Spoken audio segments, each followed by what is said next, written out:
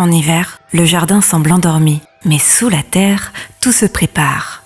Au cœur du CNAM, ce jardin partagé devient un terrain d'expérimentation unique. Ici, étudiants, enseignants, chercheurs et habitants se retrouvent pour semer les bases d'un projet commun, repenser ensemble ce lieu de vie. Ce jardin partagé, qui existe déjà depuis 10 ans, en fait, doit subir un certain nombre de réaménagements et nous nous sommes dit que dans le cadre de Confluence et donc de Transfabrique, nous pourrions nous adosser à ce projet de réaménagement et de le proposer comme terrain pédagogique. Ce projet donc impacte les formations du CNAM, mais aussi les formations des partenaires de Confluence. Le jardin est géré par la régie de quartier Paris Centre sur un terrain mis à disposition par le CNAM. Et comme toute plante, un jardin a besoin de racines solides. Ici, ce sont les habitants qui en prennent soin au quotidien. C'est quand même le projet des habitants, le projet de la régie de quartier. Donc nous, on est aussi dans cet aspect de boucle pour préserver les intérêts et aussi ouvrir ce côté à d'autres adhérents aussi.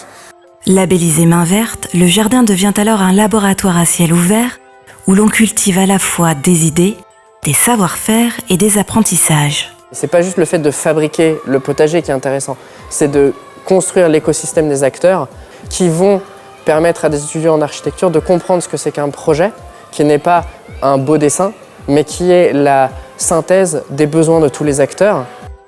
Avant de planter, de réaménager, il faut observer.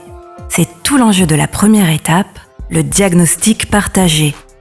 Pour pouvoir enquêter sur les usages du jardin, nous avons notamment créé un questionnaire pour pouvoir interroger les personnes du CNAM, les étudiants et le personnel administratif. Qui va permettre d'identifier les fonctions nécessaires dans la réhabilitation du potager, que ce soit de l'espace partagé pour le personnel du CNAM, pour pouvoir venir manger ici, profiter de l'espace, que ce soit d'optimiser l'espace de culture, d'avoir des bacs plus hauts avec une plus grande facilité d'utilisation. Et l'idée, c'est que les étudiants vont faire la synthèse de ces demandes et pouvoir construire en fait, le projet sur cette base qui va servir en fait, pour les prochains étudiants qui vont se saisir du sujet. D'une saison à l'autre, les apprenants vont se succéder, transmettre et enrichir le projet. Comme dans un jardin, chacun apporte sa pierre ou plutôt sa graine à l'ensemble. Ce qu'on espère, c'est qu'avec ce lieu-là, chaque acteur puisse apprendre des autres et que se construise une pédagogie globale autour de ce lieu. Ce qu'on espère aujourd'hui, c'est à travers notre expertise qu'on a acquis à l'école, de pouvoir aider les gens à améliorer cet espace, mais aussi à échanger sur les différentes méthodologies de jardinage et peut-être de mettre à disposition différentes activités qui pourraient rassembler les gens et d'en faire un espace plus convivial. Ce jardin, c'est un lieu où l'on cultive le partage.